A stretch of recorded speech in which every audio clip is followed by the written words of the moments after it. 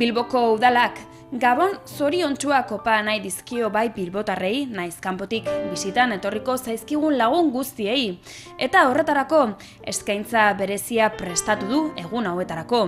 Eta prestatutako 11 ekitaldien berri emateko Gabonak Bilbon gida jarri du gu guztion eskura. Gidan hiriaren alderdi erakargarri nagusi guztiak jasotzen dira. Baita abenduan eta Gabonetan egingo diren jarduerak ere. Horretaz gain, gure tradizioen inguruko azalpen laburrak ere jaso dituzte. Gabonak Bilbon lana agenda zabala eta zehatza da.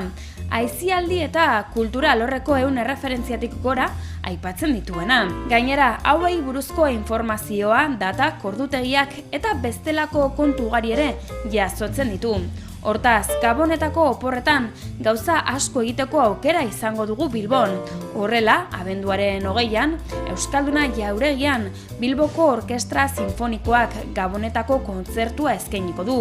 Bilbao arten zinema izango da nagusi eta Barrenkuako udaltegian kontu kontari arituko dira. Abenduaren 21ean berriz, San Tomas egunean, BBK aretoan, Oskorriren kontzertua ikusteko aukera izango dugu.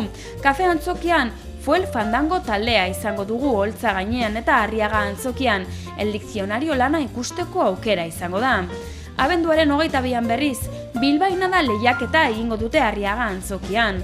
Campos Antzokian, igandero bezala, txotxongiloak izango dira nagusi eta Pabellon 6 aretoan, radio performance ikuskizuna ikusteko aukera izango dugu. Abenduaren 23an, El Mago de Oz lana hartuko du Euskalduna Jauregiak.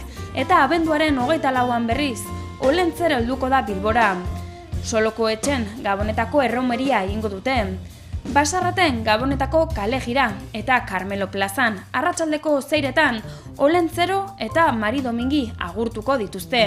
Olentzerok ekarritako opariak zabaldu ostean, abenduaren 26an, Bilboko alondegian ipuin kontalariak topatuko ditugu.